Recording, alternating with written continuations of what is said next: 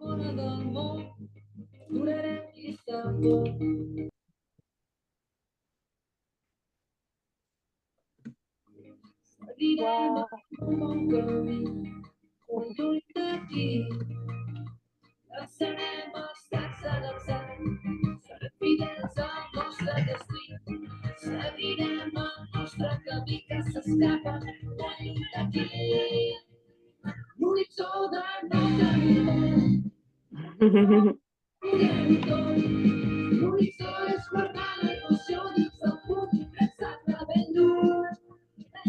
Hola a todos. Hola.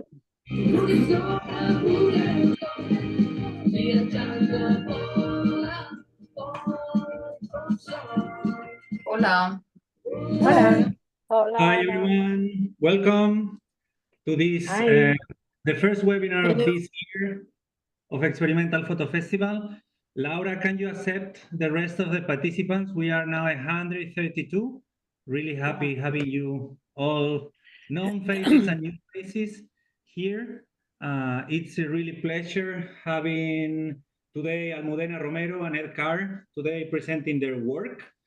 It's such a huge pleasure. We have been trying to find a possibility of having them live with us for a couple of years now. That's a great news that they are with us.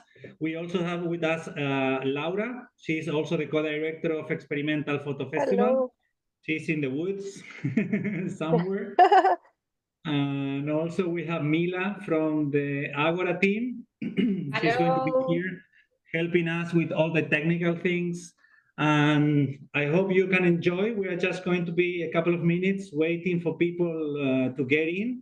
I'm just going to do a brief introduction of what we are going to be doing today, the dynamics, and also a little bit about the Agora for everyone to know where we are. I'm Pablo, the co-director of Experimental Photo Festival and Agora School of Experimentation with Laura Ligari, and also with a team of 14 people. We have been working for experimental photography over the last 5-6 years now, and we are really happy that in this moment of our school, we are allowed to have these amazing professors.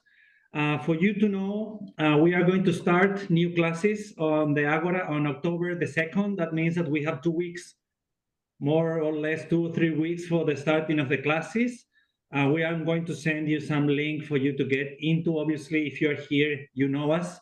But just for you to know, we have the first diploma in experimental photography. We have 3 levels of experimental techniques. We have 5 different specializations: creative, photography, digital art, historical techniques, I mean, almost everything.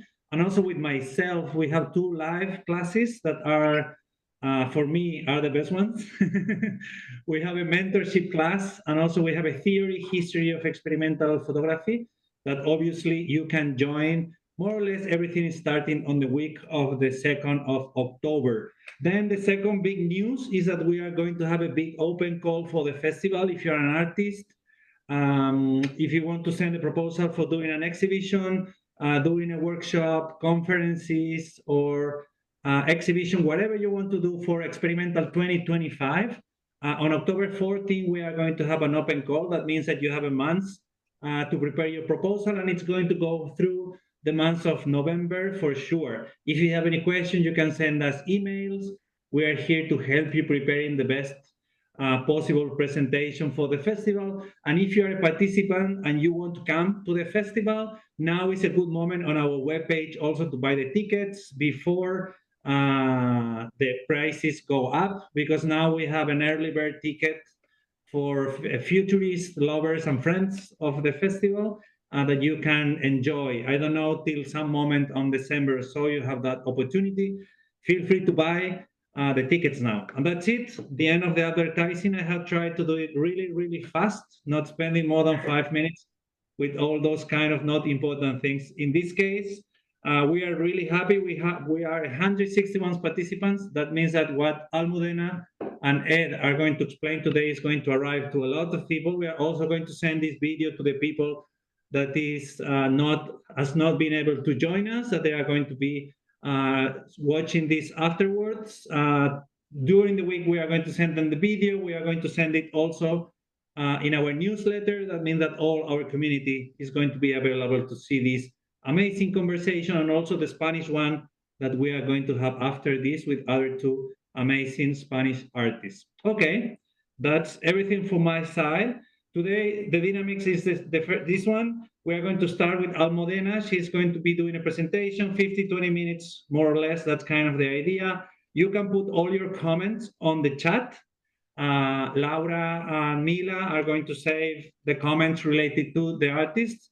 And then we are going to have Ed Carr, all the comments, blah, blah, blah, all your questions. And then we are going to solve all the questions. The idea is to be here on their presentations between 25 minutes each. And then we have 40 minutes for your questions. That means that we are going to have time after their presentations for all your questions and ideas. And if not, I have also prepared 10 questions for being sure that we are going to be talking about something, at least till the time that we are engaged on being here. But for sure, our amazing audience, the most experimenters from all the experimenters in photography in the world, are going to be there preparing their questions for our artists. Okay, Almudena was born in Madrid in 1986. We have the same age. That's good. She's a British Spanish visual artist based in London, expert in 19th century photography, exploring different plant-based processes, creating ephemeral photography artwork, blah, blah, blah, you know, kind of the long curriculum. I'm just trying to make some highlights, ideas. You have also worked with sculpture, performance, broadening the traditional understanding of the medium. That's why you are here, and also Ed is here, because we're trying to find new ways of working with alternative, experimental, creative photography with the connection of ecology. You have been exhibited in the Victoria and Albert Museum, National Portrait Gallery, Tate Modern, and also you have held residencies at major international institutions. And now I think you are going to talk more about that, but you are in Albert Kahn, Paris, the museum. That's really, really good. That's it. That's everything. If you are ready, we are ready. Of course. Fantastic. Thank you very much, Pablo, for such a generous introduction. And thank you, everyone, for joining today. I am very pleased to be able to share my practice and the work that I do with such a large audience. So thank you, everyone, for coming here today. Pablo, would you mind making me the favor of passing the slides for me, if that's okay? Sure. Right. So as many of you might know, I use plants to make photographic artwork. I understand photography as a performative process. I understand photography from a very primitive or etymological perspective. Photographos, light writing. For me, cameras and lenses are accessories, but they are not fundamental to the process of writing with light. And that's how I understand photography, in that very broad manner. And in this understanding of photography, where photography is the action of writing with light, the surfaces where photography exists, the materials that are photographic materials, can be much broader than digital or analog materials. So I'm sure you're all very familiar because, well, this is in the context of the Experimental Photo Festival. So I'm sure this is a shared understanding between the audience here. I was trained as a 19th century photography expert, and as many of you might know, the acetype process of printing with flowers is a 19th century technique. I was working before with the wet collodion process, which I'm sure many of you here know as well. At some point, I found that chemistry very heavy, and I didn't necessarily want to continue working with it. So I started to experiment with acetypes, and then I moved to plants. So my practice is now very plant-centered. Plants are at the core of my research. They are subjects, objects, and now I'm also considering plants as artists. So this is me. This is what I do. It's plant-based photographic artwork. So if we move on to the next slide, it has taken me some time to research which plants are most suitable to use them as photographic papers. Luckily for me, my grandma, who lives in Valencia, Spain, or who used to live in Valencia, Spain, she had a fantastic garden, and Valencia is very humid and very sunny. So I had a great garden to experiment. Not every single plant works for as a photographic paper, because one needs to manage to print the image on the leaf before it dries. So some plants that have high resistance to UV light are harder to work with. So to make this a little bit easier to understand, plants are like people. Plants from different regions of the world have different resistance to UV light, in the very same way that it's not the same, the resistance to sunlight that has a person from Scotland than a person from the south of Spain. Obviously, people from the south of Spain take a lot longer to tan because they already have a lot of melatonin. Well, in plants, it's the same. So palm trees, olive trees, magnolias, avocado trees, they are used to very sunny weather, and those plants are a lot harder to use as photographic papers because they can naturally resist the amount of light that I need to use to make photographs.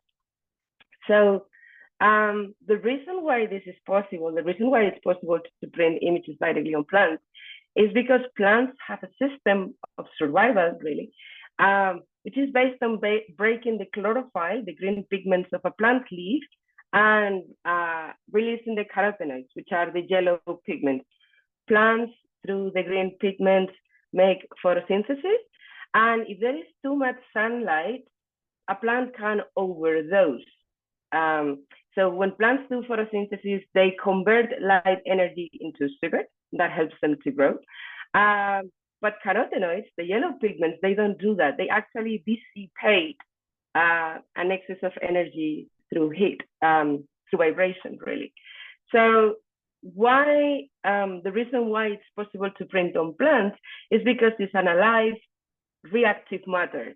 In the very same way that if you wanted to, or like artist Thomas Mainlander does, you could print images on your own skin. It's because it's a living matter that reacts to light and has a mechanism to protect itself. So in my grandma's garden, I researched 50 different plants, and some of them have never worked for me. For instance, avocados. Avocados are very common in Valencia, particularly now that our avocados are so fancy. And but those trees have an incredibly high capacity to deal with excess of UV light. And I have tried many times to print on an avocado leaf, and I have never, ever been successful. So it did take a lot of research. It did take a lot of experimentation. And to develop this work, it also, part of it required a scientific research, but also part of it is a reflection on the act of producing as such. As I became more and more aware of the impacts of my artistic practice, I did wonder what was the point of producing. And this series has pictures of my hands because it's a self-reflective or self-questioning chapter of my research, where I print the gestures that I do with the plant leaves as a link to the impacts of my practice. So if you pass to the next slide, here you can see it better. It's all photographs of my hands. On the bottom right, there is a magnolia leaf, also quite hard to work with. And on the left is a leaf of a kumquat, which is not a typical Valencian tree. But at some point in the 70s, it was fancy. In Valencia, there was a trend of having exotic trees, and my grandma back at the time decided to have a kumquat. But because it's so humid and quite tropical, the tree is quite healthy. So luckily for me, I had this huge variety of trees to experiment with and have different levels of success. Because I don't apply any chemistry or any ink to the leaf, it's the leaf that is going to determine the outcome. So contrast, tonal range, grain, those are all varieties that are determined by the chemistry of the leaf as such. And this is what makes every single artwork so unique. And as you can see, those are like gestures that I do when I am flattening the leaves or observing the leaves. As an artist, it's very difficult to stop producing because, as many of you might agree, well, as an artist, you conceive your life based on what you produce. You use art for self-expression. And in my case, I don't see myself living in any other manner. So given that I could not stop producing, I wanted my practice to have the lowest environmental impact possible. And I also wanted my practice to expand the understanding of photography, of what photography is and can be, and contribute to a wider conversation where there are several practitioners exploring this photographic. So this first chapter of the pigment series, of the pigment change series, it's a self-reflective, explorative chapter. And if you go down to the next slide, oops. I did also experiment with flower petals. So this was very much inspired by the anthotype process. As you might know, antho means flower in Greek. And back in the 19th century, John Herschel, Mary Somerville, and a series of scientists before and after them researched how to produce color photographs with plant juices and flower petals and other plant matter. What they were doing back in the 19th century was mainly making a mesh and then coating papers with those juices. I did wonder why not, instead of blending the petals, use them as such, as photographic paper, without having to further manipulate them. And so one thing I did realize is that, so those are all bougainvillea petals. And my grandma has 4 bougainvilleas. This is very common in Valencia. And it's funny because the orange one flowers in March. The magenta one flowers in July, and the purple one flowers in August. Now, the orange one is the one that exposes the fastest. And this makes a lot of sense. And it also relates to John Herschel research. Plants will produce flowers according to the amount of UV light that there is in that season, but also if there is a lot of UV light, they will be coated with pigments that have a higher resistance to UV light. So the bougainvillea that flourishes in August, the purple one, those petals are obviously going to be slower to record an image because they have pigments that resist better light, and that is to the advantage of the plant. So in my grandma's garden, throughout the year, I could see a variety of flowers that seasonally will react to different speed lights. And that also gave me a tip of the speed of the papers. As I look at them, if I knew if this plant is going to flourish in March, then it's probably going to be faster because it's adapted to the season. So, and it's the same thing with plants. By knowing the history of the plants, where they come from, if it's shadowy areas or if it's very sunny areas like palm trees, then I knew before working with those papers how likely are they, or how fast are they going to record an image, and how likely it is that they work. At some point in 2020, I wanted to stop cutting leaves and flower petals and use entire plants as photographic units. And this is what the image on the left is. This is watercress, like the ones in the sandwiches, the superfood. I use photosynthesis to print an image directly on watercress. So if you look closely to the image, you will see that those are all very tiny different plants. The process is reversed as in the previous series. when I am printing on plant leaves and on flower petals, I am placing a negative on top of the petal or the leaf, and I am leaving it to the sunlight. So it bleaches naturally with the sunlight. When I am printing on living plants, I keep them in the dark, and then I use a negative that I project with a digital projector. And here is the opposite process. So the areas that receive more light produce more chlorophyll, and those are the green dark areas. And the areas that are whitish or yellowish are the areas that receive less light. So one process is based on bleaching with sunlight, and the other is based on using photosynthesis. And they are opposed process. In one, I am destroying pigments, and in the other one, I am creating or making it facilitating the production of chlorophyll. So chlorophyll. So you could pass to the next slide.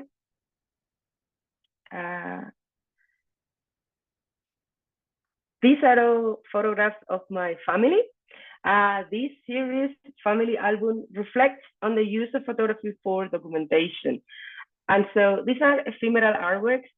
I have been told many times by scientists I work with, I could dry freeze them and then exhibit them for longer periods. But I am not interested. I am interested in the fact that they are ephemeral and they can only be experienced. They cannot be traded. So part of my practice, obviously the plant leaves, I preserve them in bioresin, sunflower-based resin. And those are sort of fossils I create that can be preserved, can be collected, and that keep me financially okay, thanks to the fact that I can sell them through galleries or myself. But the crest panels, I don't want them to participate in the art market. I want them to be part of the art scene, but I don't necessarily want to trade them. I want them to be an experience where one goes to the exhibition space, and if you go there, then you can see that living photographic artwork. And I am very glad I kept my word on this, and that I pushed myself to look for funding and for opportunities that will respect this point of view. Photographs were never conceived to be ephemeral objects. This is a new understanding, a new contemporary understanding to which we are all contributing. But photography has never been understood as a disappearing object. All the opposite. It has been conceived as a purveyor of truth or documentation of something. So to produce ephemeral photographic artwork, it's somehow quite punk because it undermines the traditional understanding of photography. But this is what precisely what I want my practice to sit.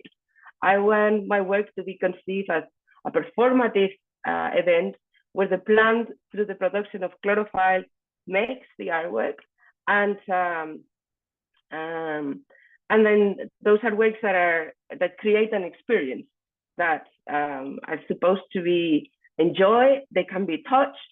Because it's ephemeral art, I'm really happy for people to touch them and to interact with the works in manners that normally photographic artworks won't be conceived or used. And these are photographs of my family, and mainly based on the idea of reproduction. So the pigment change reflects on the idea of producing and reproducing, so giving birth. The whole work focuses on the environmental crisis in which we live, and on the kind of legacy that we want to leave to others. So traditionally, particularly in Spain, a lot of my education and many people's education is towards continuation, towards having descendants. And the use of photography is very common in family albums to show you who were your grandparents, your aunties, your uncles, the people before you. So I wanted to review this understanding of photography and create ephemeral artworks that highlight also our ephemerality as humans. And and the idea that photography does not need to be used for this documentation exclusively, but also that we humans don't have to continue to reproduce. It's a choice.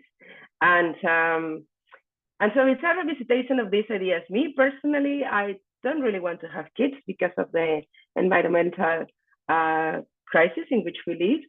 This is not a comment on everyone else's life. I am for people doing their own choices and understanding their family and their things, their life, the way they want to. This is about how I understand my life and photography. So while the first chapter of the pigment change focused on production and the production of art and the impacts of that, this second chapter explores more the idea of reproduction, while at the same time revisiting the history of photography and the use of photography. And when I was doing these panels, when I was researching them, it was, I started to wonder, like, well, who does really make the work here? I mean, it's a collaboration, obviously, between the plant and I. If the plant doesn't produce the photosynthesis, then there's no artwork.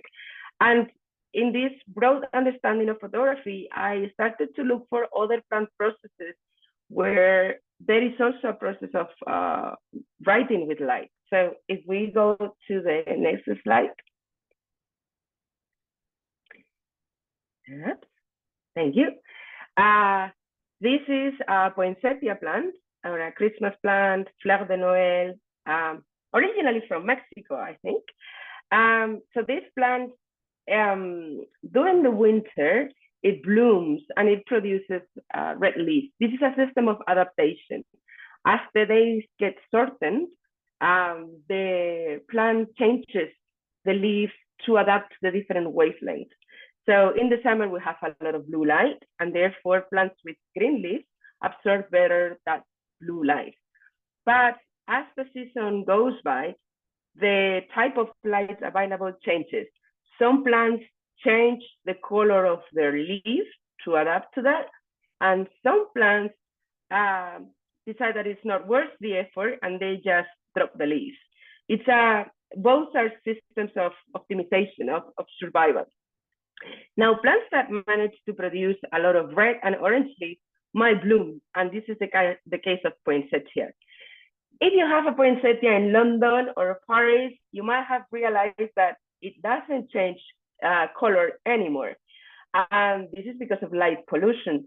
If we have city lights, then the poinsettias might think, well, it's not needed to really change the color of the leaves because there is sufficient blue light coming from these artificial lights. So I found on the internet that people were putting the plants on their wardrobes to force them to change pigment, but also that poinsettia growers, they have these huge farms where they will black out the plants and give them a sort of a diet of light that will gradually reduce the days, the daylight hours. I found that very interesting. First of all, because it's because of our light pollution that plants don't change pigment, but then because we want them to change pigments because we find them more beautiful, then we might as well self-enclose them and give them this sort of restrictive light diet. I think it says a lot about the way we relate to nature based on control, based on our own ambitions and agenda. And I wanted to document the process of giving a light diet to a poinsettia to comment on the impact on other species. But this is a performance that took 8 weeks. And while I was doing it, I really started to think, well, who is the performer here? Because true, I'm giving it a light diet, but the one producing the entire photographic process is the plant as such. So this was the beginning of a question that I had in mind about considering plants as artists. So if we go down to the next. This is Rencontre d'Arles, the photography festival. This is back in 2021. I had an exhibition, a solo show at the Cloître Saint-Trophine. These are the leaves preserved in bioresin. Now, because Arles is a very warm place and the resin is bioresin, at the end of the exhibition, the works reacted to the heat of the room. So some of them mutate and have different shapes.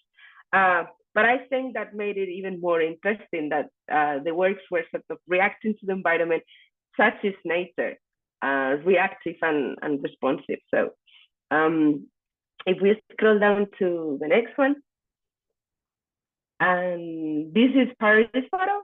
This is a part of my photographic practice that I trade. So even though those are bioresin encapsulated leaves, there are many collectors that collect nature-based art, and they are perfectly happy with the idea that the works might evolve. So this was my presentation at Paris Photo, where the work was very well received. And if we go down to the next one,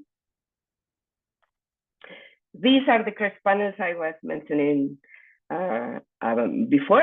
As you can see, people can touch them, and you have a couple of zoom in photographs to see the difference in the colors of the crest. Crest has this capacity to produce a very rich tonal range. That's why on the photograph above, we can identify people's faces and we can read an image. Is because of this capacity of crest to react to the light in a very precise manner, and it can be used to make photographic artwork. Now, if we go to the next slide, I don't want to overrun. So this is a book where I did a compilation of all of my notes on different plants. So here, part of it relates to the care that the plant needs, and another part relates to how the different leaves react to or work as photographic papers. This whole book has 4 chapters. It includes the act of producing, so the part on leaves. It also includes the crest panels, and then the chapter about the poinsettia, and a further chapter that you see here on the bottom right, offspring, which is about maternity and my views on the subject of reproduction.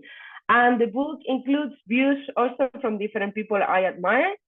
There is Monica Gagliano, which is a plant scientist researching plant intelligence. There is also Michael Murder, which is a philosopher, which considers also plants as artists and creators. There is as well Martin Barnes, which is the senior curator of photography at the V&A. And in the book, we have a conversation about ephemeral art and the role of institutions in supporting sustainable practices.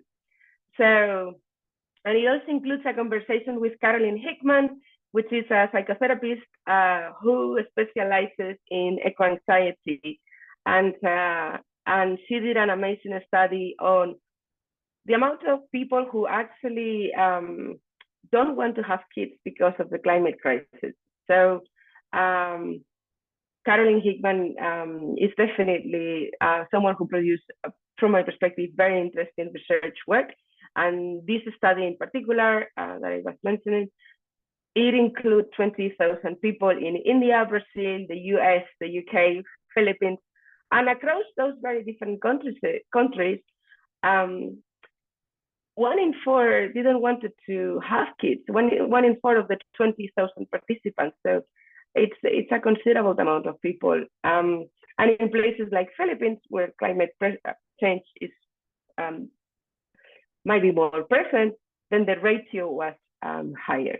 So if you want to read all of these conversations, the book is available through Desire Editions. And now to the next slide. So when I started to think about plants as artists, I started a project that is called the Museum of Plant Art. This is something radically different from what I normally do. This is about using the museum as a medium. Instead of photography as a medium, I use a museum, an institution.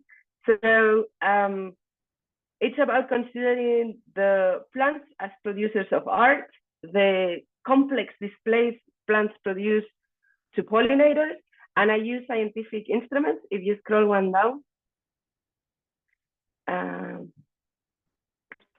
to get us an approximation of how pollinators see plants and flowers, which is very different from what we see because we see different spectrums of light. So no, you need to go one down.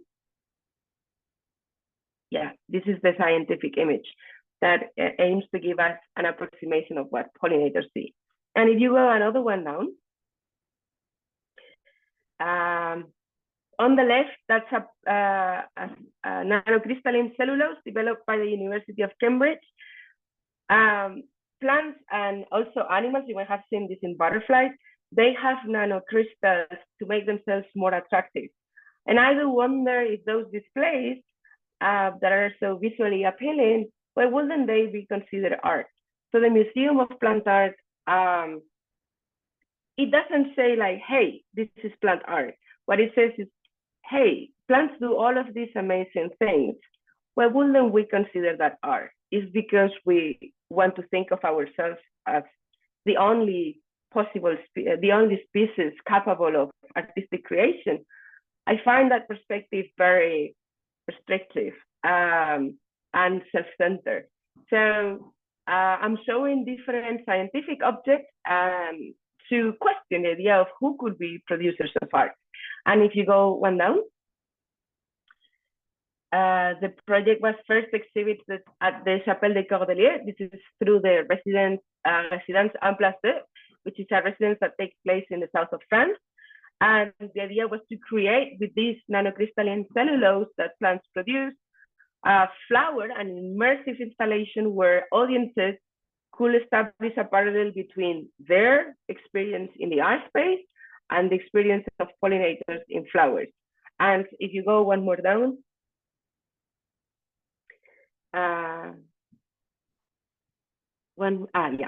So, and because flowers and pollinators and butterflies and bees, they vibrate together, they resonate, I commissioned a choir to create a piece that resonates in the space of the chapel to create that vibration. So it was an immersive experience that included the use of scent, the use of music, the use of visual material, to give an understanding of how complex the experience that bees and pollinators have in flowers is. So it was only to help people to establish a parallel between what they experience and what other species might experience. And so if you go one more slide down, you see here the Museum of Plant Art first publication, and it includes, again, perspectives from philosophers and scientists. In this case, the philosopher is Matthew Hall, who has a fantastic text that is called Empathy for Plants, which I absolutely recommend to everyone. And the scientist is Mathieu Lheureux, which is a scientist that has published a book called À quoi pensent les abeilles? That means, what do bees think of? It turns out that bees have very complex brains, and they could certainly be capable of understanding art. I'm going to leave it there because we have limited time, so I'm just going to talk about my last project and what I'm working on at the moment. And this is my current research. It's called Farming a Photograph.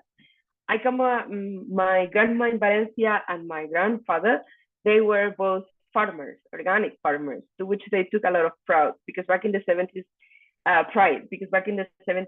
it was not a common practice. And I come from that family, and for me, how we produce things is as important as what we produce. So it's partly an homage to the farming tradition where I come from, but it's also a look back on us. So what I am working on at the moment with the National Institute of Agriculture Research in the south of France, in Toulouse, is to farm, to plant on the land what will be the largest photographic artwork ever made. That's 30,000 square meters. And it's a photograph that combines different grasses to create this eye. It's no one's eye, it's a generic eye produced with an AI that combines traces of different races, different genders. We didn't want the eye to be about a specific person or community, because the eye is not about us humans. It's about how we relate to the land. So, you know, killer whales have these huge white patches on the sides that people and animals might think they are eyes. They are not. Killer whales have very tiny eyes on the front, and those white patches are just to keep predators at bay. And those are killer whales. I don't think there are many animals that are predators of killer whales at all, but they still have those patches to, you know, keep others at bay. And this is exactly what we wanted to produce this look back, as in a way of saying, like, well, I'm seeing you too. It's a sort of it's a look back. So but obviously we couldn't do like killer whales and just farm a white patch, because no one will understand that as an artwork. It will lack of intentionality. It will be very difficult to know that there is an artwork there. So we had to farm an eye. And so what we did, if we go to the next slide, and it's the last one, is we created this digital eye, and then with information about the natural color of plants, we are going to farm them in such a manner that it creates this eye. So the final artwork will be on display in June 2025. It's next to a cycling lane, so people in Toulouse will be able to cycle by or walk by and see it. We are also producing, the National Institute of Agricultural Research and myself, we are producing together miniatures of the eye that are going to travel to different museums and institutions. And this is to avoid people taking a flight to see the artwork in Toulouse. So we don't want to encourage like tourism, or like, we don't want to have an environmental impact in terms of people taking planes to see the art. We're going to make the art to move around, so it can be in different locations, and then it's a lot more accessible for the ones who are interested in this understanding of photography and in this work.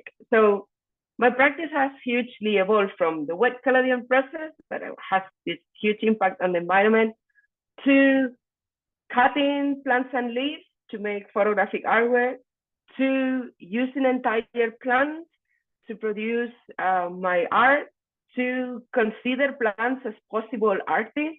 And now, in this case, what I am doing is organically farm different plants to produce the artwork through photosynthesis, again, which is what gives the natural pigment of the plants.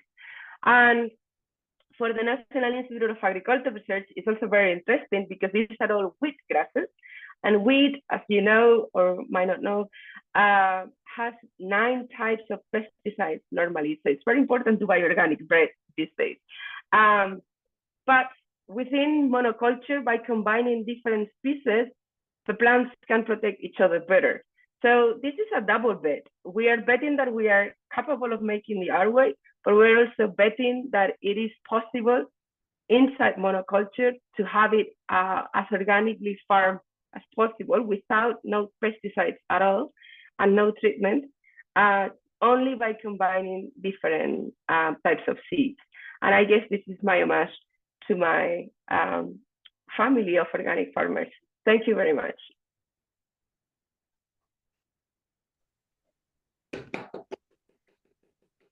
Thank you so much, Almudena, for your presentation. I'm just going to stop sharing. Thank you so much for all your projects. People are really surprised and interested for all what you have shown us. We're just going to give Ed the opportunity to talk now, just for having all this energy going on, just to be sure that the people stays as longer as possible.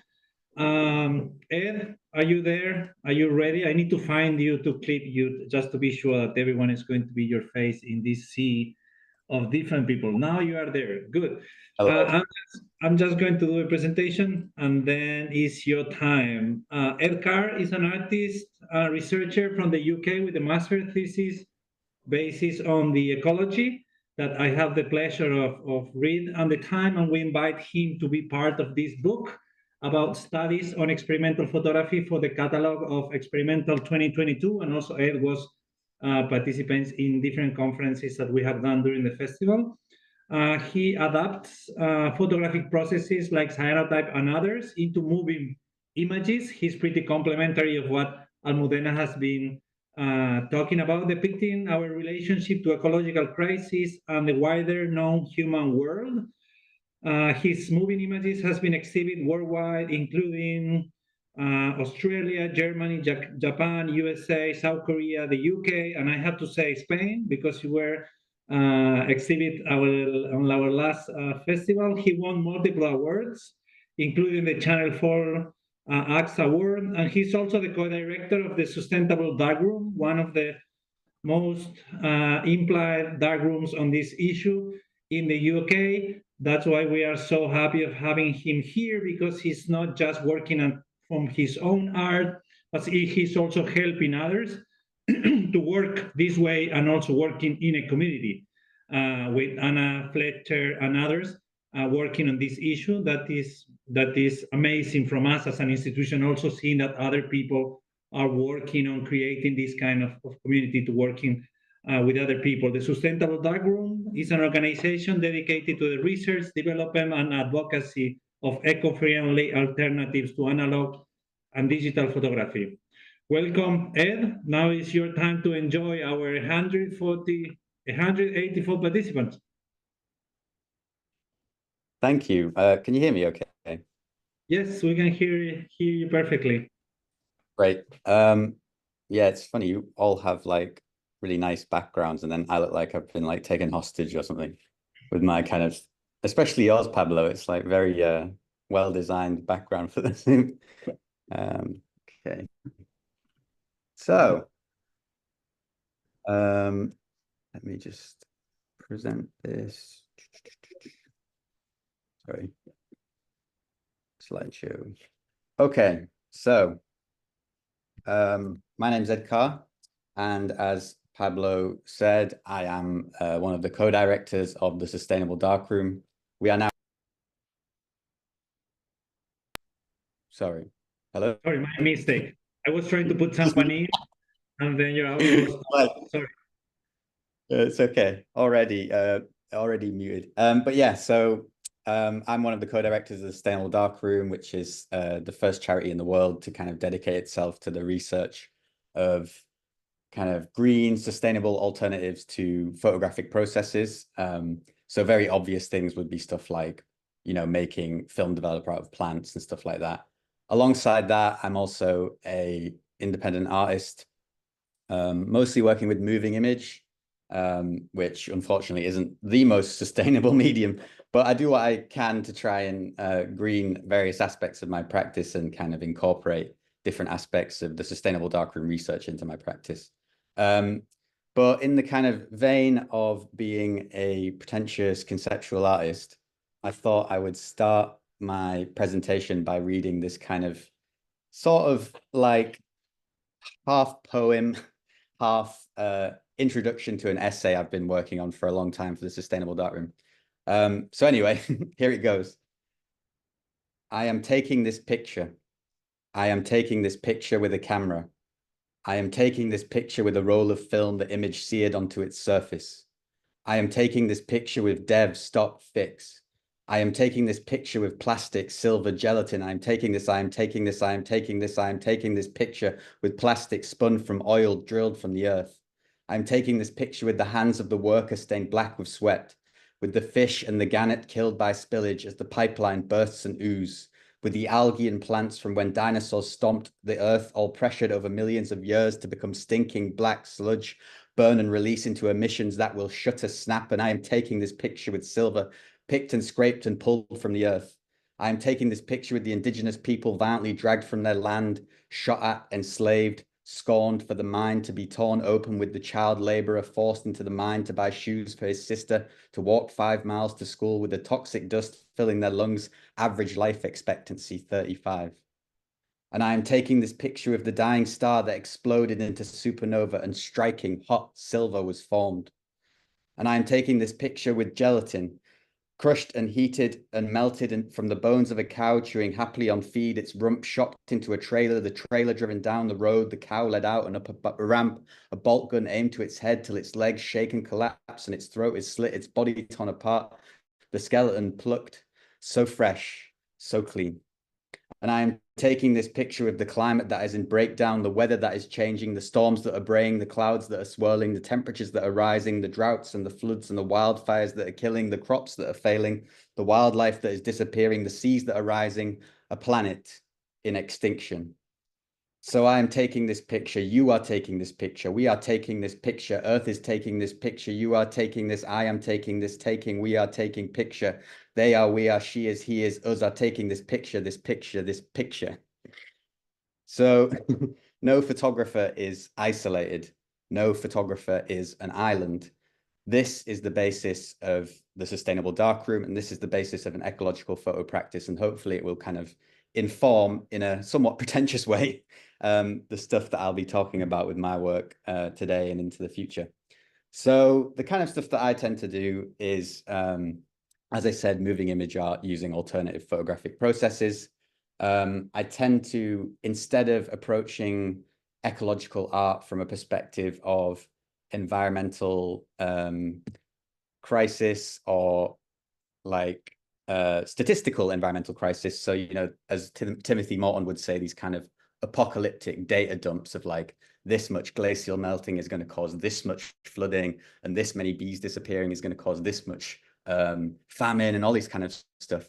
Instead, I tend to focus on kind of immediate family relations and trauma and stuff that essentially people can relate to, because fundamentally, I think humans are emotional animals, and I try and approach my work from a kind of emotional perspective. So typically what I will do, for example, with this film, Lepidoptera, which was commissioned by Yorkshire Contemporary, which sounds funny when I say it out loud, Yorkshire Contemporary, if you're from Yorkshire like I am.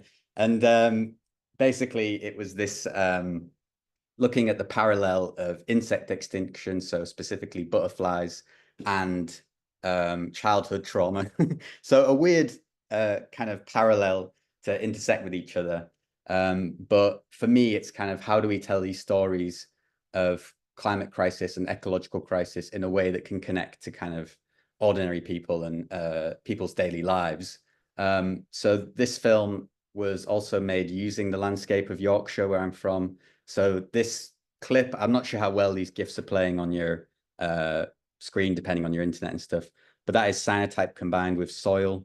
So cyanotype is an iron light sensitive emulsion, and then I was combining it with soil that I actually dug up from the home landscape where I was born, and then mixed it together with the soil, printed that's parts of the animation on that soil. So very much like Almudena in a way, kind of including the non-human world as a collaborator, not just as a subject through the lens, which we have in traditional environmental documentary, like, you know, Planet Earth and stuff like that, but more as this kind of subtext or this material collaborator instead of just the subject of the work, which again gives it this kind of anthropocentric lens, which I try and subvert through the materials instead of the subject. That's a lot of words and sounds really confusing, but yeah, just go and watch it if you're interested. It's on YouTube on my Vimeo page. Here's another clip from that. It says it was about 2,600 individual frames printed using different processes for this film. So yeah, a lot of prints, and this is actually cyanolumen animated together for this caterpillar emerging from a pupa, a butterfly emerging from a pupa, which previously was a caterpillar. There we go. I should know that, considering that I made a film about it, but there we go. So this is the first ever alternative process image that I did, or one of the first ever. Prior to like 2016, 2017, I worked with dogs. So I worked in dog shelters and I was a dog walker. So I was always very close to animals. Like literally from the day I was born, dogs were like there when I was brought home from hospital. So I've always kind of seen the non-human world as something more than just like an object because of that relationship to dogs. But anyway, I progressed into photography, and then in eventually into alternative photography. And this was the first ever image I made, which was a cyanotype photogram. And yeah, as I've said to some people before, like I was kind of into fetuses at the time, not in like a creepy way or anything, but more in like a kind of as a conceptual representation of the non-human world and ecological rebirth and all that kind of, as I said, pretentious white guy stuff, which is me. Following that, I started to think about how I could animate with alternative processes. I was really into film and music videos, especially, and I was really inspired by the music videos of artists like Tyrone LeBon. So again, a kind of weird entry into this world of alternative, sustainable darkroom stuff. And he has a music video, which is like frame by frame, the entire thing shot on 35mm point and shoot. And so I started to think how I could adapt alternative processes. And so this was my first one, which was using darkroom contact prints and hand illustrations on like tracing paper and stuff. And yeah, it was about like this guy who drowns himself in the sea because he's depressed and then gets reborn as a tree, or he washes up on some island and then gets like turned into this giant man tree. So very autobiographical, and I don't have a weird thing for trees, don't worry. Following that, I then made my final kind of graduation film as a mature student. So it sounds weird saying graduation film because I was very much a 26-year-old man at the time. And it was me trying to thinking about creation mythology and how creation mythology affects our understanding of the world. So, you know, this idea of like Adam and Eve and like the separation of man and nature and being kicked out of the Garden of Eden and all that stuff. So really trying to create a creation mythology, which instead centered ecology and centered non-human nature. So again, it's about a guy that's depressed, not autobiographical, I swear. And then he gets ran over. And then he goes through this process of rebirth where he gets reborn as a tree.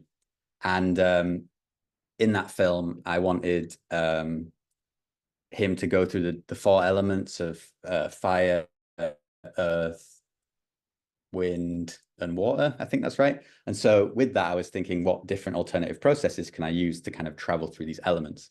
So this was the first time I ever made cyanotype animation, which is kind of what sort of I'm known for, which sounds kind of cringe to say that out loud.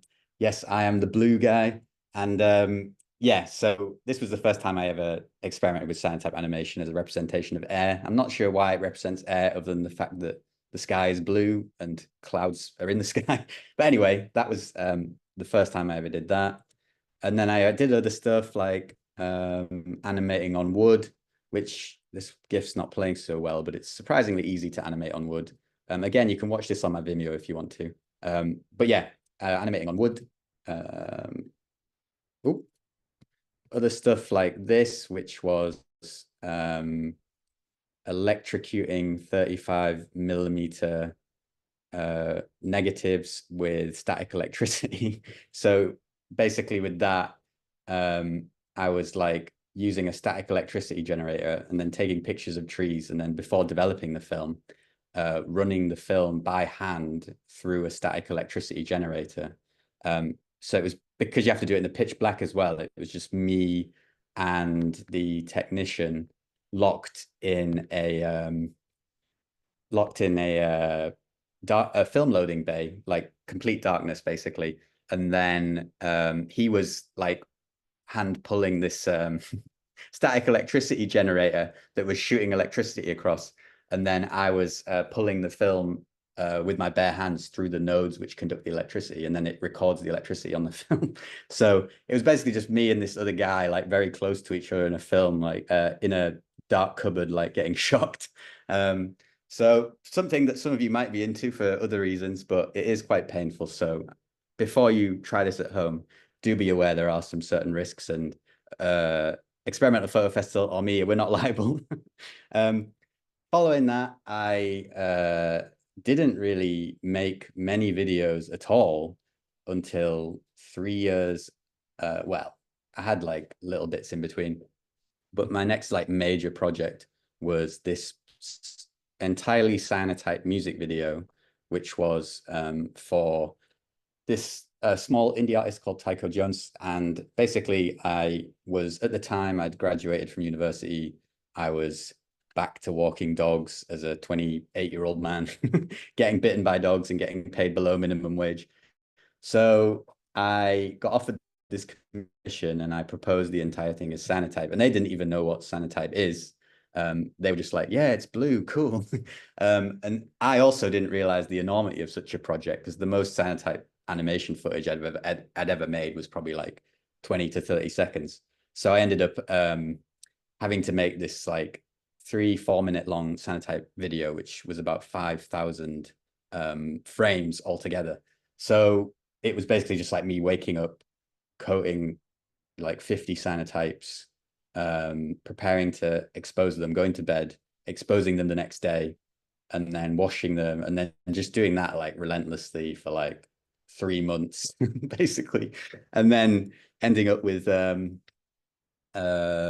this video where I was like, and I remember when I'd finished making it, I pressed play and I was in this like rundown house in Leeds with like mold and like couldn't afford to put the heating on and stuff, and pressing play on the video.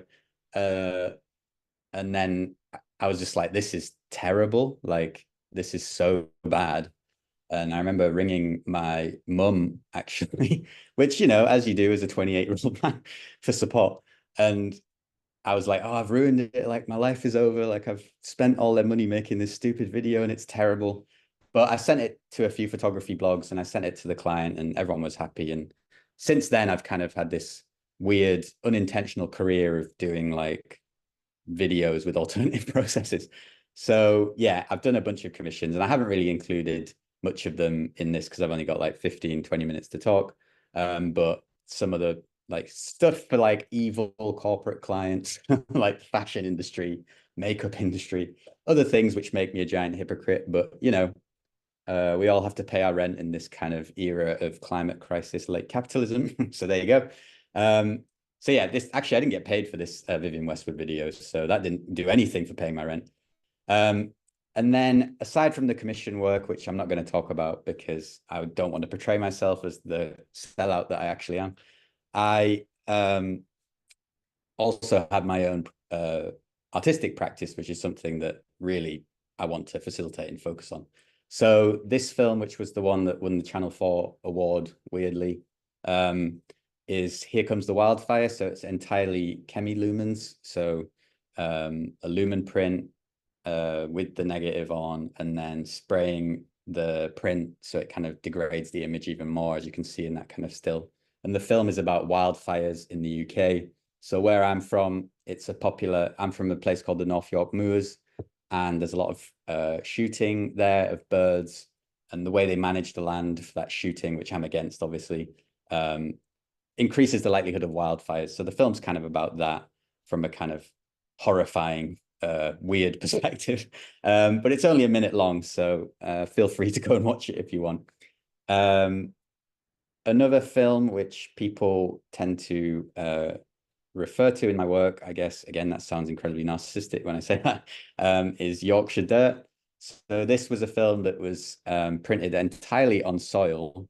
So digging up, not like Lepidoptera, which has different styles, but this film was entirely printed on soil. And the film is about my Yorkshire heritage and about the amount of violence which occurs in rural, like, again, similar to Almudena, I'm from a farming background where, like, historically my family's sheep farmers. So the amount of violence which occurs in rural environments, basically.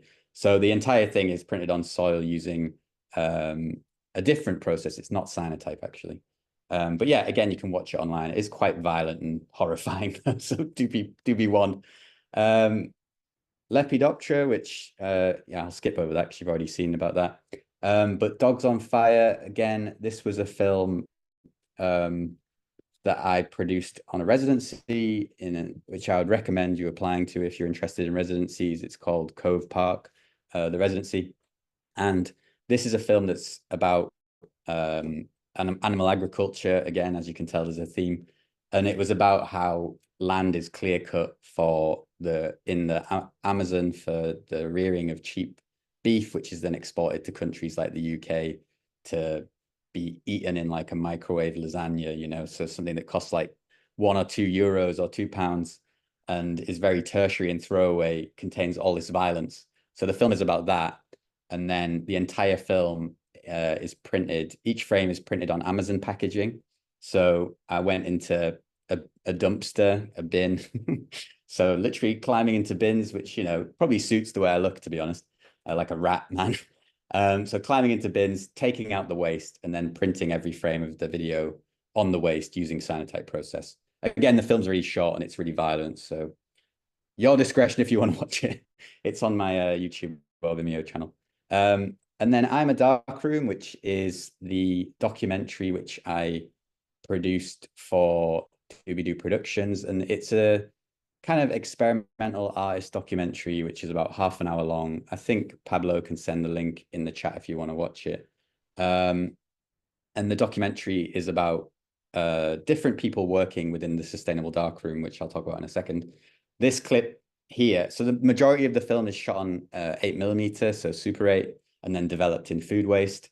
And then there's these kind of little cutaways of like animation processes. So in this case, I'm not sure how well you can make out with this GIF, but it's basically those two people printed walking on seashells, so animating on seashells.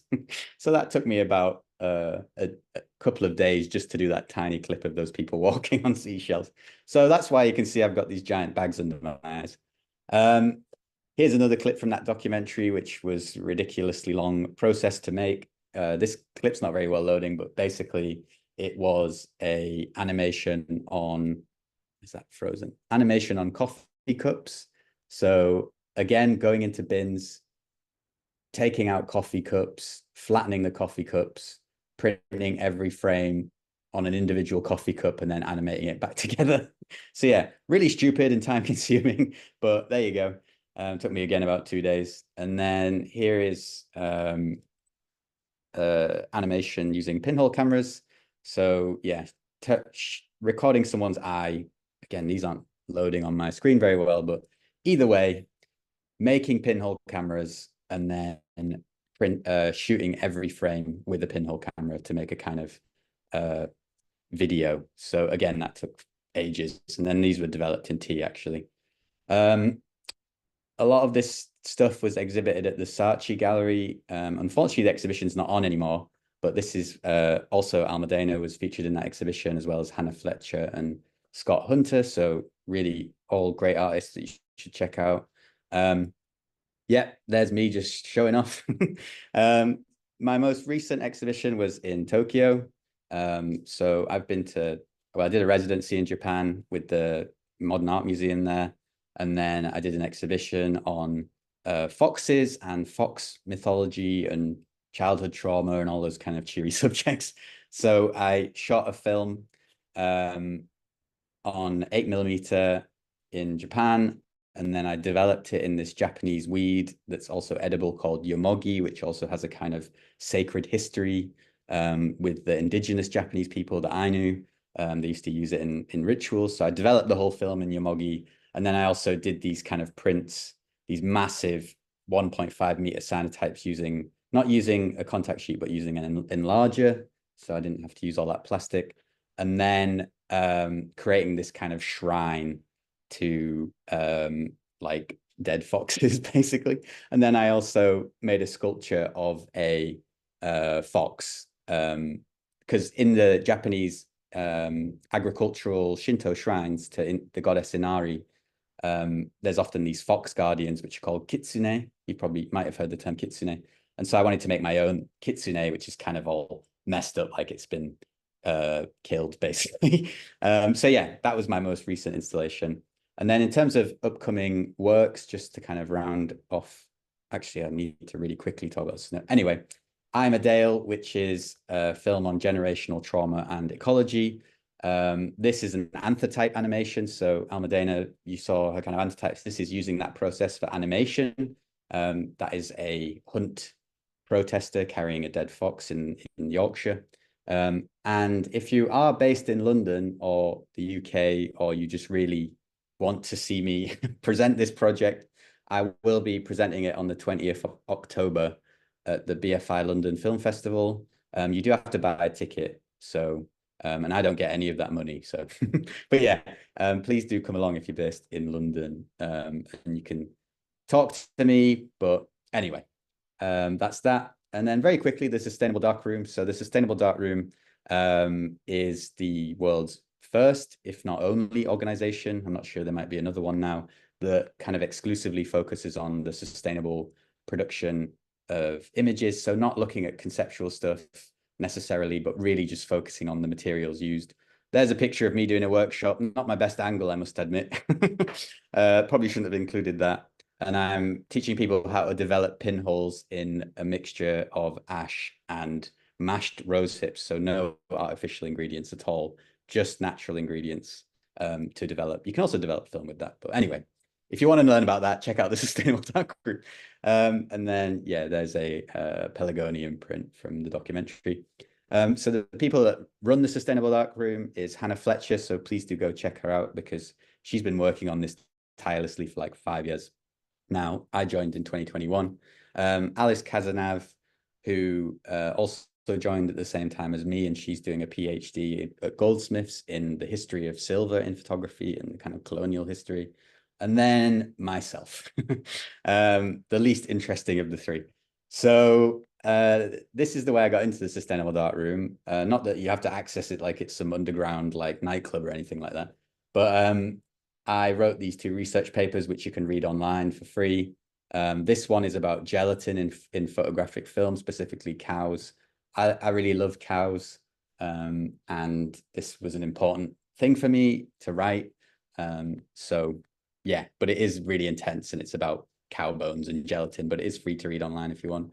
And then this, which is probably a bit easier to get into if you want to read something, and it's about this proposal for a kind of alternative structure, an alternative system for photography, and how people might exist in photography outside of kind of consumer capitalist ideology.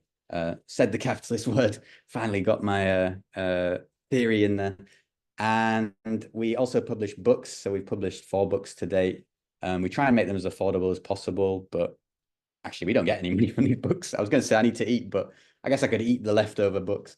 Anyway, we make these books. This one, Resource, is like 200 pages nearly of different essays, research, recipes. So probably the longest collection of writing on this subject to date.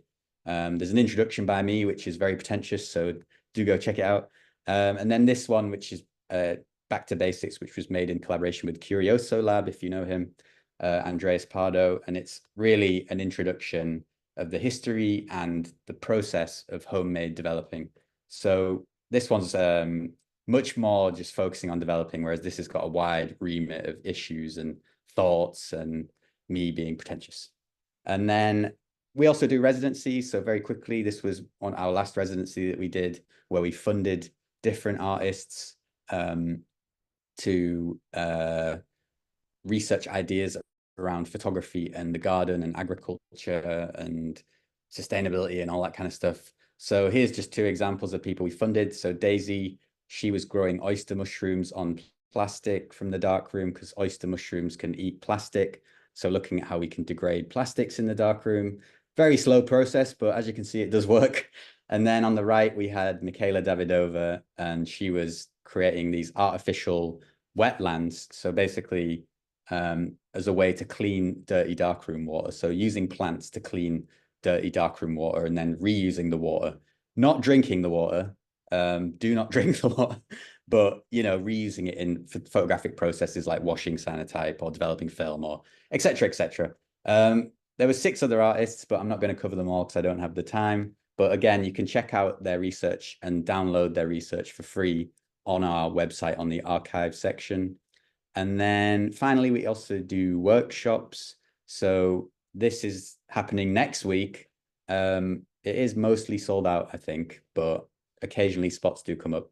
And this is we do this every year where we choose a city. This is the first time we've ever done it in London, despite the fact we live in London. And then we basically teach everything that we know. But this year we've got some more advanced stuff. So I'm doing a Super 8 workshop sponsored by Canon, thankfully, because Super 8 films are so expensive. I mean, sponsored by Kodak.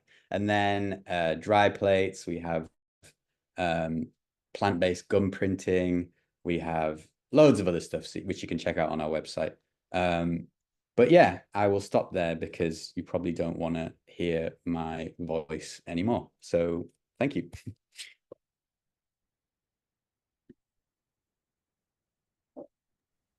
Thank you so much, Ed, for your presentation.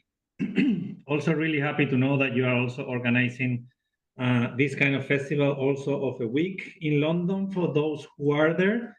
Feel free to join. Hope more places are open on the festival.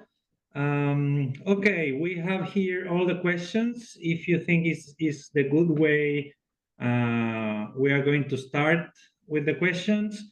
Almudena, are you there? Hope so. I can't see you because there are so many people, but yes, Hello, I see you. I'm here. Yes, I see you down there. Okay, good. The first question was about the photo negatives. How can you do them in an eco-friendly way? So I use plant-based cellulose. This is a common product that you can buy. It's very similar to plastic. Actually, it's an alternative to plastic that we see in many packaging, right? Really, you can find it on tea bags or, but you can also buy them as A4. You just need to look for A4 cellulose, plant-based, and you'll find it online. This is something that is industrially produced. And there is no visual difference between acetate and cellulose. It's very difficult to differentiate one from the other. Okay. So do you then use a laser printer? Because I know the cellulose acetate has not got the coating that takes up an inkjet printer. Right. Some of the celluloses do have coating, and therefore you can use it on inkjet printers. And when they don't, then you do have to use a laser printer. But it will always be specified. So in the packaging, if you see a mu symbol, that relates to the amount of ink that the paper can absorb. Cool. Nice.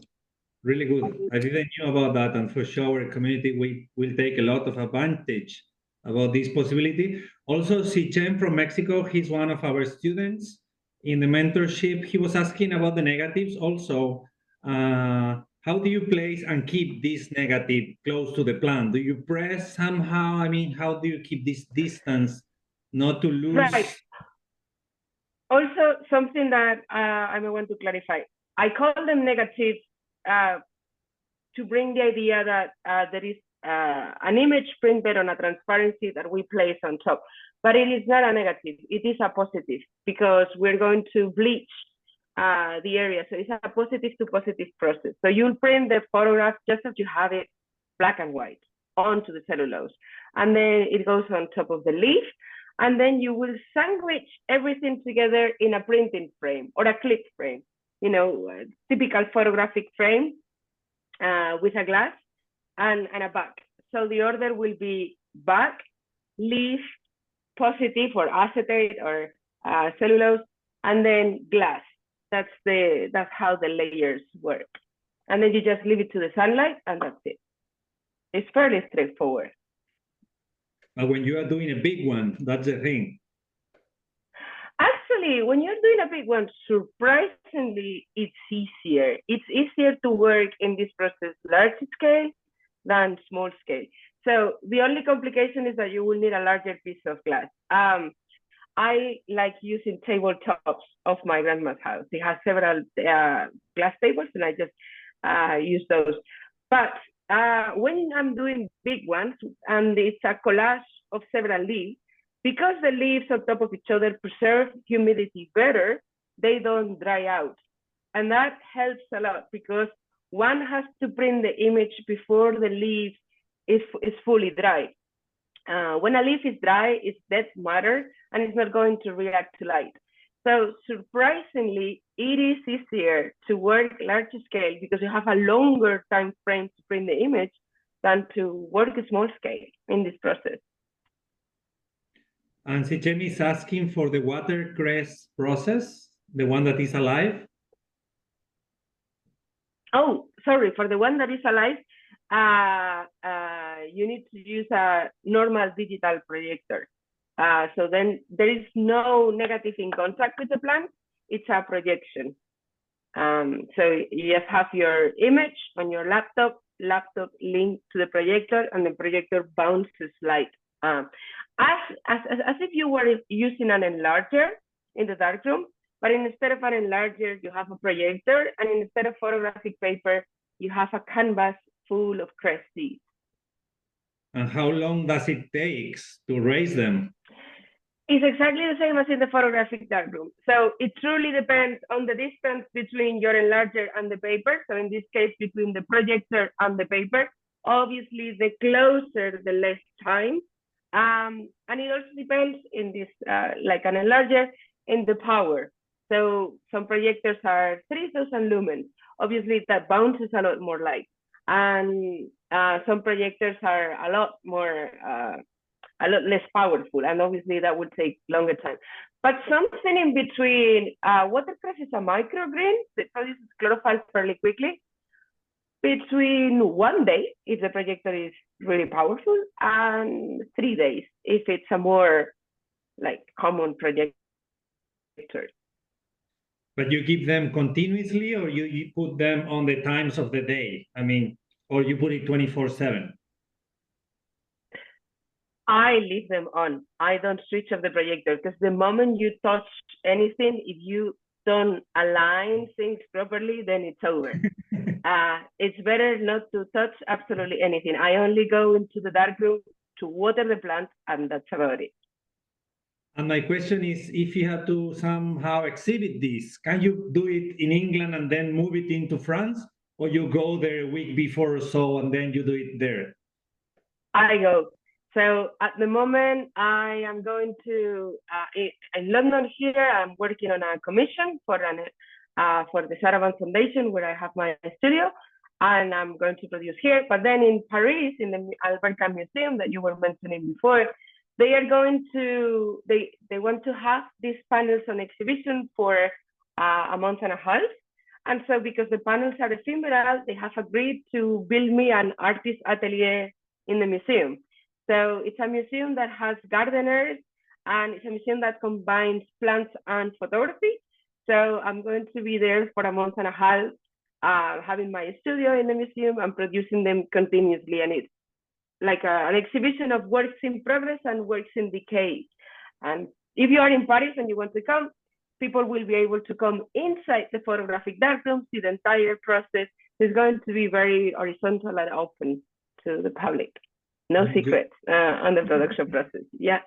Looks a great reason to go to the Alberta Museum. I wanted to go, but it was on reformations for over 2 years or so.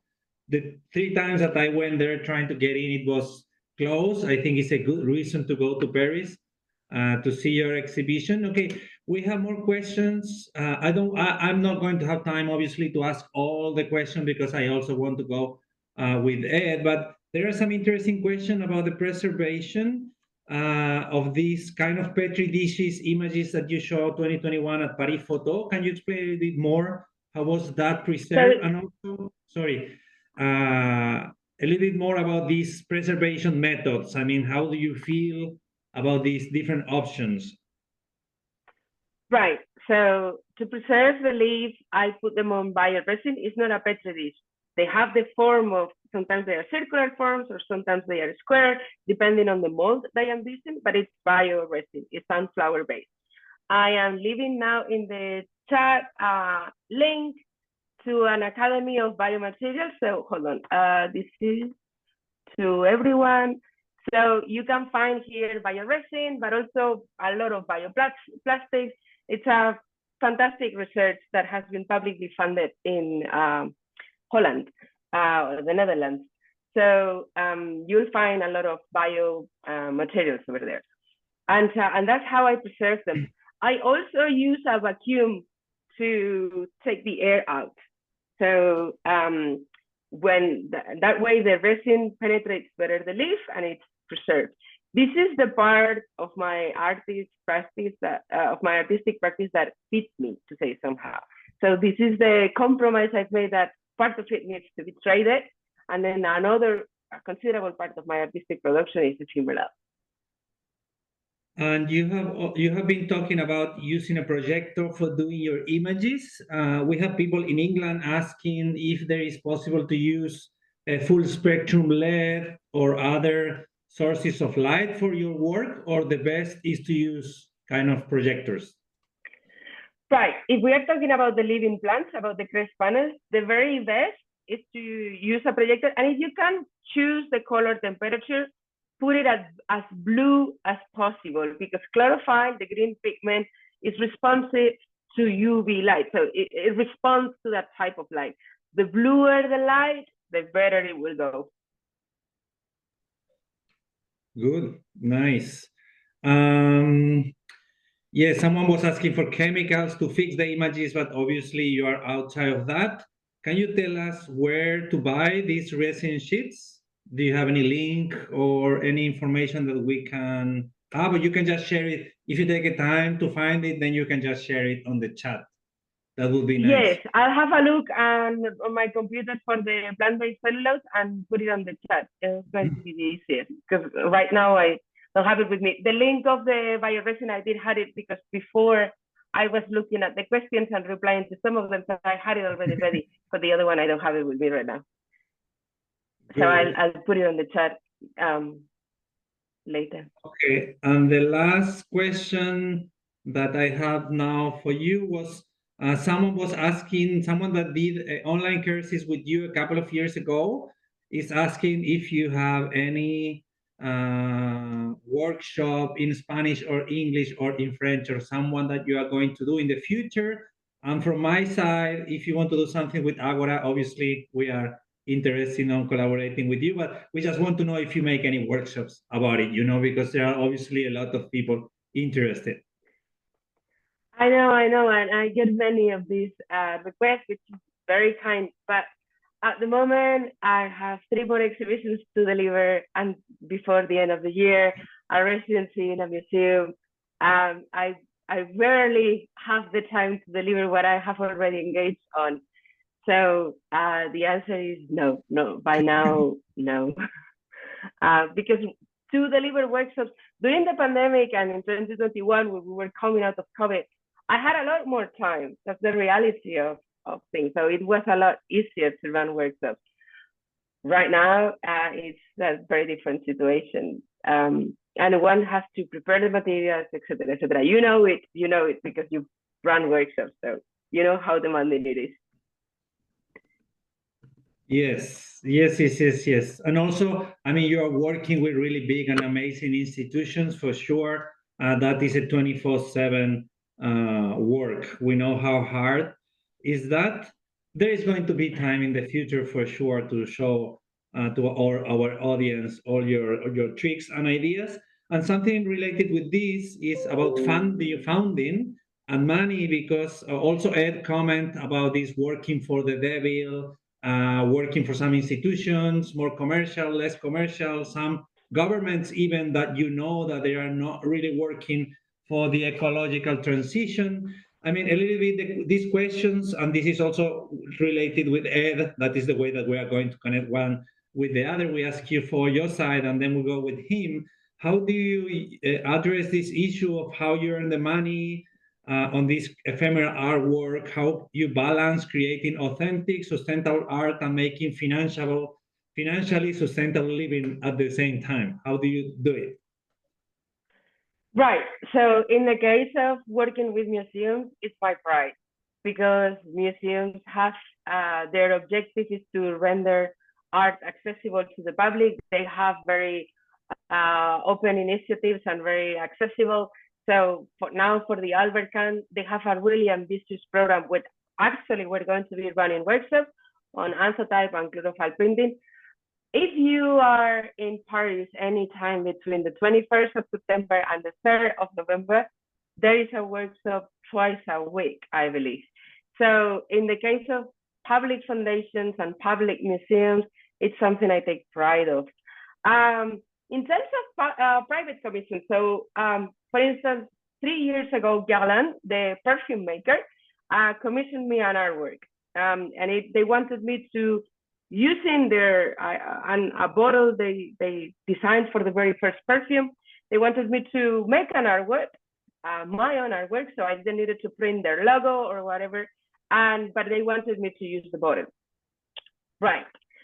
I did accept that commission because they paid me 20,000 euros for that. So as an artist, that's a considerable amount of money that allows you to hire assistants or, you know, develop your practice. So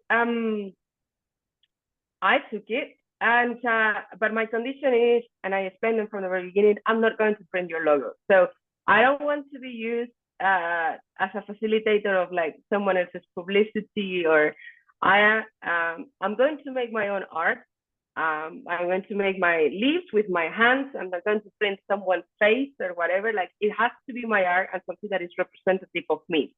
And then for that artwork, I was happy for the resin to have the shape of a bottle. So there was a clear reference of how I was using their bottle. It was the resin had that form. I also look at who else might be engaged in those type of commissions. So that was an exhibition that had other artists I admire, and it was an honor actually to be part of that project. But yes, there are compromises. Is Guerlain the most sustainable company ever? I don't really think so. But then again, at some minor compromises, one has to do them, and also because it will keep you running and producing art and delivering the stock. Otherwise, if your practice is not financially sustainable, it's not also environmentally sustainable. It simply doesn't exist. So for your practice to succeed, you need to sometimes accept private commissions, like I did for the Guerlain one. It always happens when one has a project, progressive agenda, that one can be accused of like greenwashing or pinkwashing or brownwashing. But if you don't accept those commissions and don't make yourself financially sustainable, then it creates a specific type of censorship for anyone advancing a progressive discourse. If only people who have progressive thought and challenging artwork, if only those practitioners should be refusing commissions, then those practitioners simply disappear. So there has to be ways in which one makes its practice sustainable, and so the practice exists and can continue to advance that progressive discourse. Sure. Ed, what's your point of view? I am a seller. No, I think there's an article actually by George Monbiot, who's like a British environmentalist, which kind of echoes some of the stuff Almudena was saying at the end there, in the sense that if you are kind of committed to these types of things, like environmental action or climate action, etc., but then, for example, you have a smartphone, then people are really quick to like call you a hypocrite, and you're supporting like the extraction of raw materials around the world, and that you're supporting like slavery and all this kind of stuff. But if you give all that stuff up and then like go live in the woods in a barrel and like don't wear any clothes and like eat twigs and stuff, then people don't take you seriously because they just write you off as like a crazy person. So it's kind of difficult, like negotiating that line, and it's definitely something which I have struggled with, but at the same time I am poor and I need to pay my rent. So I don't know, I think it is very difficult, and using that money that I earn from that to then give me the freedom to work on the Sustainable Darkroom, which is really at its core, like it's a charity and it's about kind of envisioning this alternative future that's detached from those kind of ideas of consumption and consumerism and all that kind of stuff, which is destroying the planet, and instead kind of creating this system where or support system that's maybe not hierarchical and not for profit, which photographers can exist within and exhibit within, like we just did a recent exhibition, or they can get production support from, and just generally kind of live in parallel to, you know, the mainstream photographic industry, which is incredibly destructive. So it's weird because like I probably wouldn't be here now talking to you about that if I hadn't done those commission works, because those definitely like increased my profile. But at the same time, it's not something that I want to do really with my life. Like I never set out to be a commission maker or a music video maker. I just kind of fell into it as a way to make money.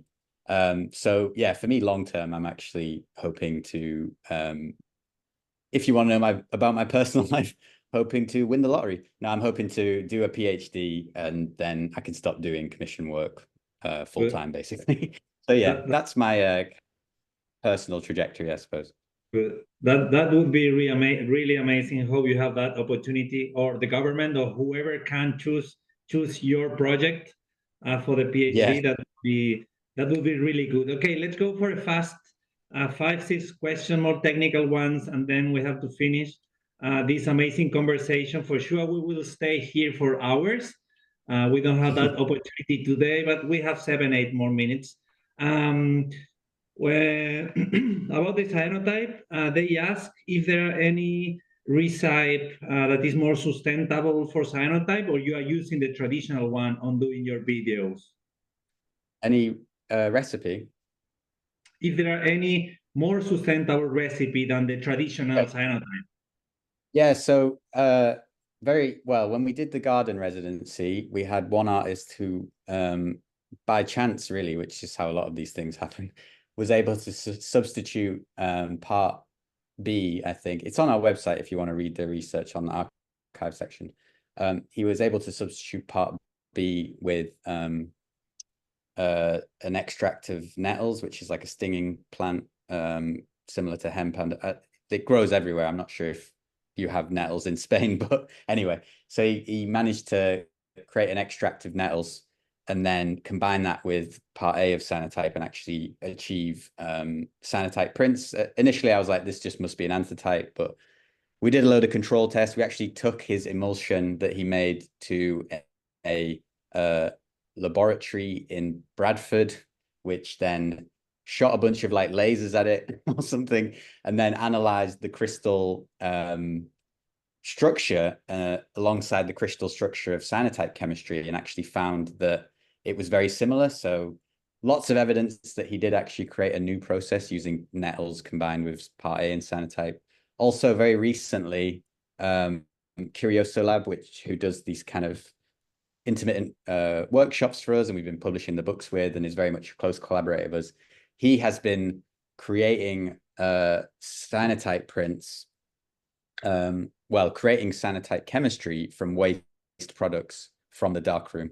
I'm not actually sure how he's doing it at the moment, but I will find out. But yeah, keep an eye on him if you want to find out that. So the kind of options there are incredibly limited. But I would say the new cyanotype formula, just to be kind of nerdy about cyanotype for a minute, got it on my hands at the moment, so I guess it's appropriate.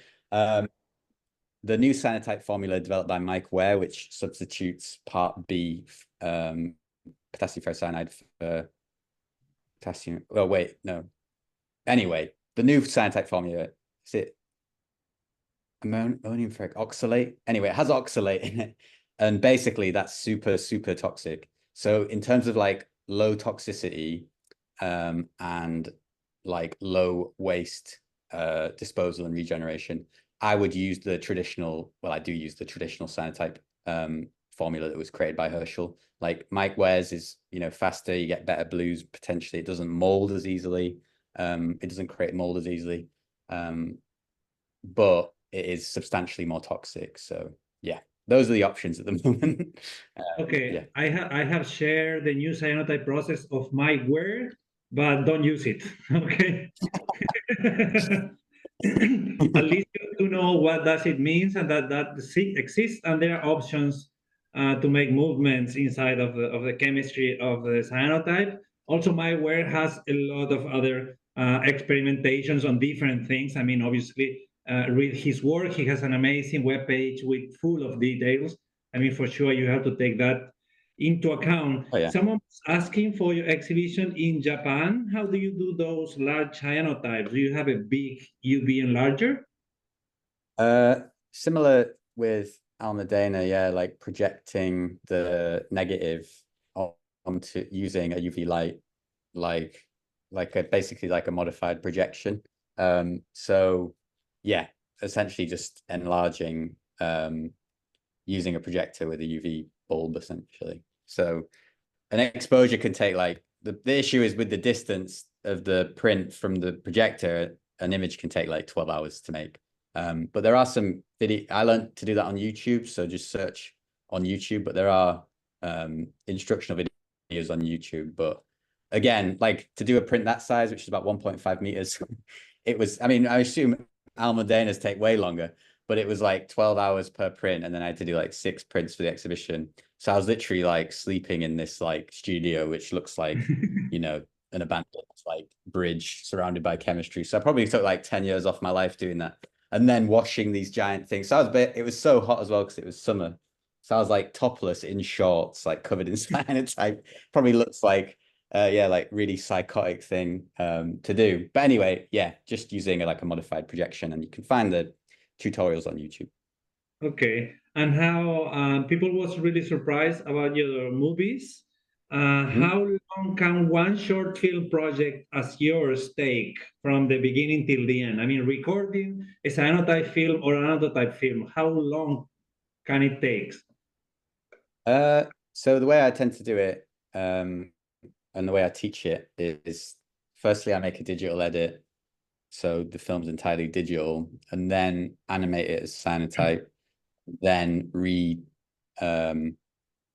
digitize it into a video. So, you know, yeah, it can take, depends on the length of the video. And obviously I'm like a expert in the process now. Sounds very arrogant in that, but anyway, that initial video took me 3 months, whereas some can take me 2 days. I remember I did this one for very evil company, MAC Cosmetics. So I don't tend to talk about that one.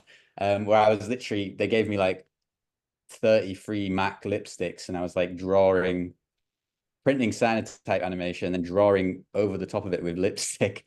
And I only had 2 days to submit it. So I was literally like not sleeping in a studio with a hole in the roof, like in a sleeping bag, surrounded by like half-used lipsticks. Like it was like Silence of the Lambs or something. Like at one point I was like, maybe I should put this on. But yeah, it was very unusual. So often it depends on the turnover, but yeah, a long time it's a long process, which, as Almudena also knows, is the kind of nature of these types of processes, unfortunately. Sure, but that's the thing also with alternative and experimental photography. It always takes time, and that's the good part of doing this also slow photography that they are calling it now. Okay, it's time to leave. Thank you so much, Almudena, for being here. Thank you, Ed. It was an enormous pleasure for us having you on this conversation today. This is going to be for free, open in our YouTube channel for everyone who wants to see it. Just feel free to share it. Thank you so much for accepting our proposal. And also be sure, if you want to learn any of these techniques, you can join Agora. We are starting the 2nd of October in this case. And also, if you want to be part of the festival, we have the open call starting on October 14th.